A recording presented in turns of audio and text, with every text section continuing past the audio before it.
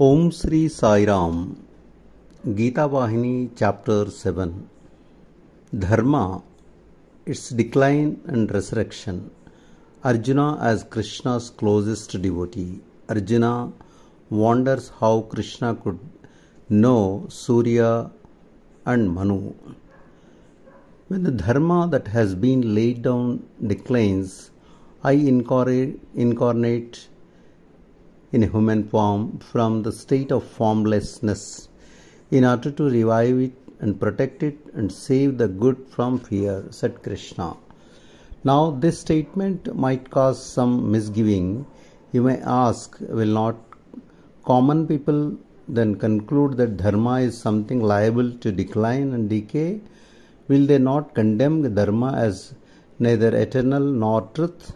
Well, you will grasp the importance of the task of protecting dharma only when you consider its origin and purpose. God created this world of change on His own initiative, and He ordained various codes for its upkeep and smooth running. There were rules of correct conduct for every being. These form the dharma. The word dharma is derived from the root dri, meaning wear. Dharma is that which is worn. The nation Desa, the body of the Lord, is protected by the dharma it wears. Dharma also gives the body beauty and joy. It is the yellow garment, the holy apparel of India. It guards both honor and dignity. It protects from chill and lends charm to life. Dharma preserves the self-respect of this land. Just as clothes maintain the dignity of the person who wears them, so dharma is the measure of the dignity of a people. Not only this country, but every single thing in the world has its own special dharma or uniqueness of duty and nature. Each has its distinctive clothes. Dharma rules the group and the individual. Consider the 5 elements, the components of the world: movement and cold or dharma of water, combustion and light are the dharma of the fire. Each of the 5 has its unique dharma: humanity for humans, animality for animals. These dharmas guard them from decline. How can fire be fire if it has no power of combustion and light? It must manifest the dharma to be itself. When it loses that, it becomes a lifeless bit of charcoal. Similarly, people have some natural characteristics that are their very life breath. They are also called abilities. People can be identified as humans only as long as these abilities are found in them. If these abilities are lost, one is no longer human. To preserve and foster such qualities and abilities, certain modes of behavior and lines of thought are laid down. Dharma will not decline if these precepts and procedures are kept up. Dharma is not imported from somewhere outside, nor can it be removed. It's your own genuine nature, your uniqueness. It is the thing that makes a human out of an animal. How to observe dharma? By being yourself. If a thing breaks loose from its dharma and behaves as the whom dictates, then it is adharma. This inborn sahaja dharma of humanity was overpowered in course of time. Those who supported, encouraged it and derived joy from it declined. So in common parlance, it was said to have been destroyed, although it is something that cannot be destroyed.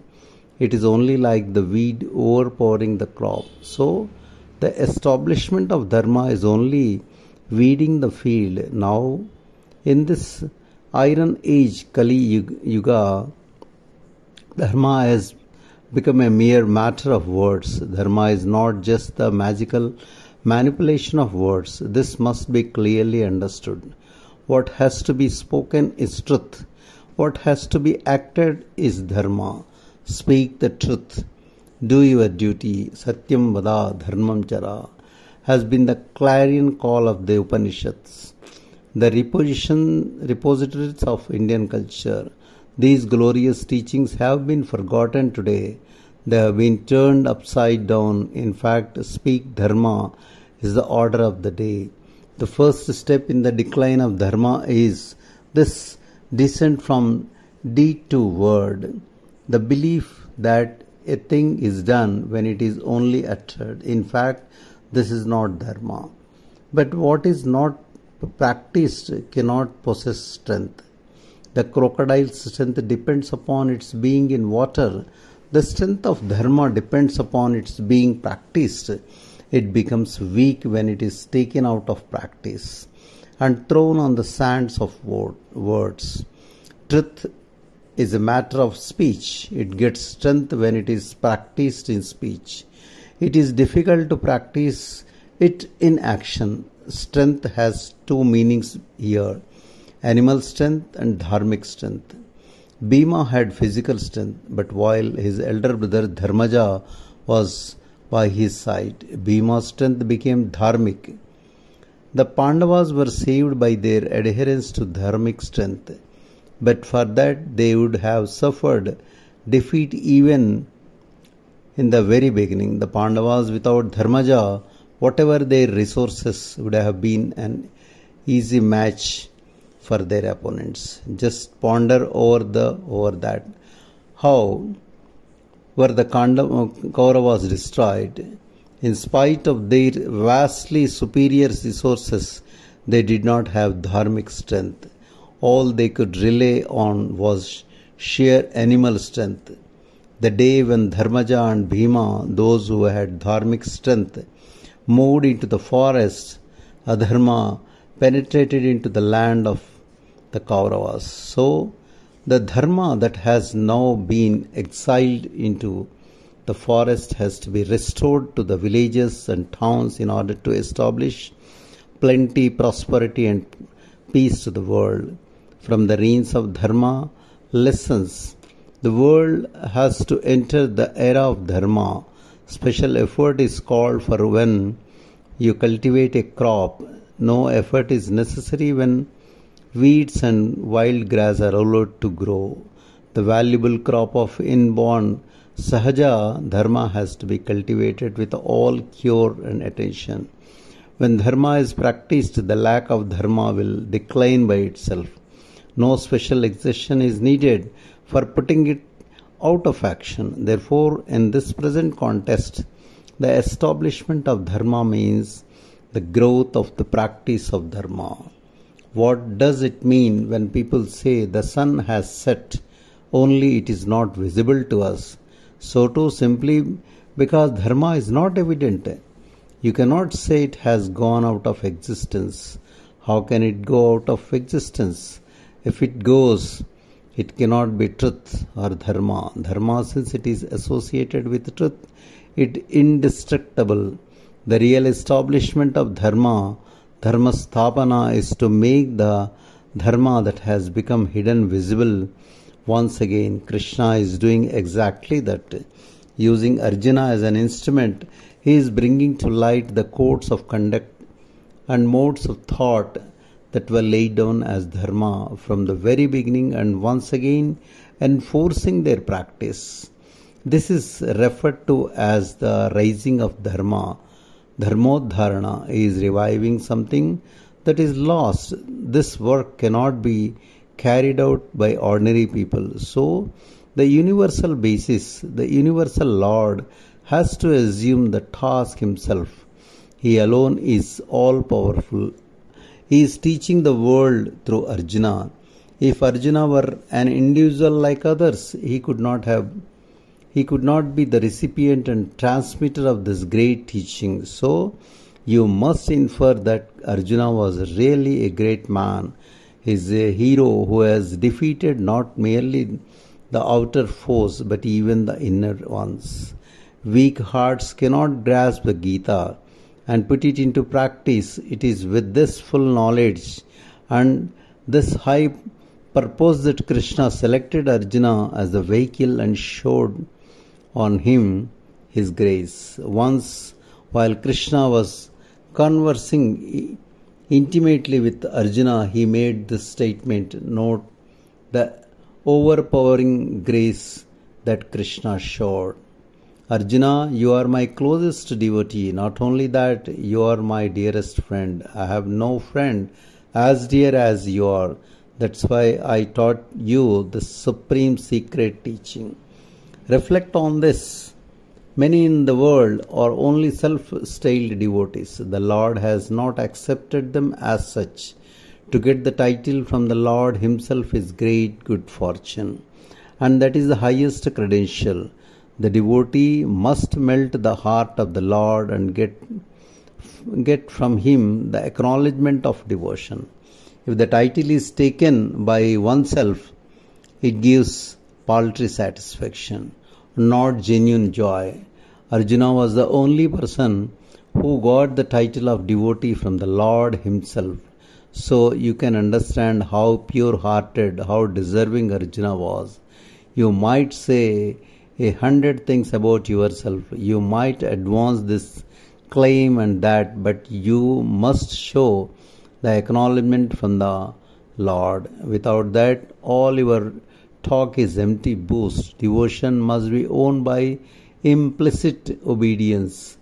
But that alone is not sufficient. That is also why Krishna uses the word friend, mitra. The friend has no fear. That makes him a more perfect recipient. Now we shall resume the trend and go back to the Gita. When Arjuna listened to Krishna's words, he developed a head full of doubts.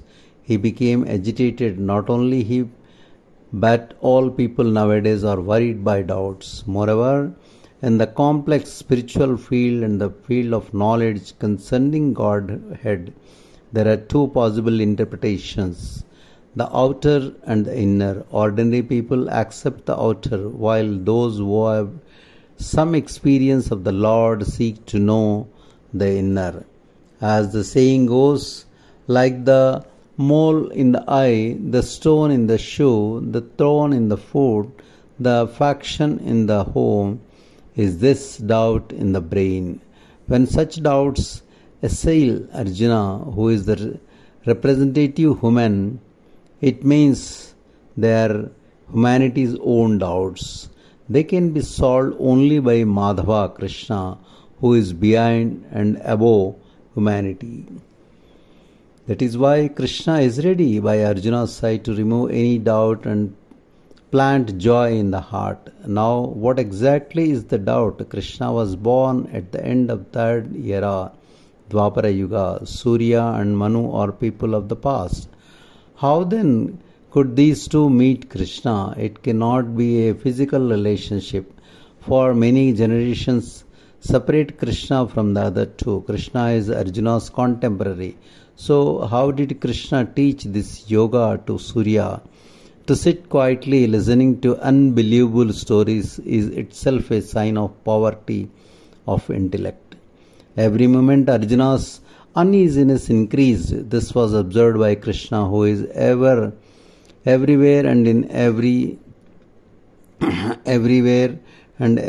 every moment. Arjuna's uneasiness increased. This was observed by Krishna, who is everywhere, everything. He said, what is cause of the restlessness that I notice in you? Tell me, prodding Arjuna with a smile. Arjuna was glad he got a chance. Madhava, I don't understand your words. They confuse me so much that I am losing a little of the faith that I have in you. But I pray, excuse me for asking this. Please solve my doubt. I cannot stand it anymore. Arjuna pleaded with folded hands. Gopala Krishna was glad and he asked him what the doubt was. Arjuna then said, you said that this yoga was taught to Surya and Manu. Of what distant past are these two, and to which age do you belong? Did you teach them while in this body? That is unbelievable, for your body is only 4 or 5 years older than mine. You are not older than that. When did you teach them without my being aware of it? And the sun is greater than you, many times greatest. He is there from the very beginning, from a past that is behind our imagination. I cannot believe it. No, not even most intelligent person can prove it true. Let it be, you may say. This is not the body, this is not the age. It was while I was in another body and during another age. That makes it still more strange. How can anyone remember what happened in a previous birth? If you say that it is possible to have such memory, then it must apply to me also, right? The scriptures declare that only a few divine beings keep such things in memory, that mortals cannot hold them in remembrance. Well, I may accept that you are divine, but I have to accept that Surya, the sun, is also divine. How can two persons equal in divine status teach and learn from each other? When you teach and he learns, he becomes your disciple. Does not he? You must then be taken to a superior to Surya. Let us take it to be so. I accept that you are the Lord God himself. That creates further difficulties for me. For why should God be bound by birth and death and activity? When you assume the 5-foot human form, it is not a limitation on the limitless. From that infinite, limitless universe, why should God incarnate as the limited particular? No matter how I argue within myself, I cannot solve this doubt. Your words are meaningful for you only. They convey no meaning to me. My head is confused. Give me some guidance, some convincing reply, prayed Arjuna. Krishna laughed within himself, recognizing that the appropriate moment had come. He said, Arjuna, what exactly do people mean when they say that sun has risen and sun has set? It is only as far as their vision is concerned. That is all. It is not. The sun does not rise. It does not set. I am also like that. I am not born, nor do I die. People of ordinary intellect consider that I am born many times and that I do many deeds during each birth. Whenever there is a need for the uplift of the world, I become manifest, assuming a name and form. That is all. So I am conscious of all my appearances, all my manifestations. I am almighty. I am omniscient. Sarvajna. Not only I, even you know everything, but your power of wisdom is overwhelmed by ignorance. I am wisdom itself, so I know everything. When the sun is seen in a mirror, it loses neither its status nor its glory. It is unaffected. Its glory is undiminished. So also I am reflected in nature, and that does not diminish any of my glory or status. I remain as almighty and as omniscient Sarvajna as ever.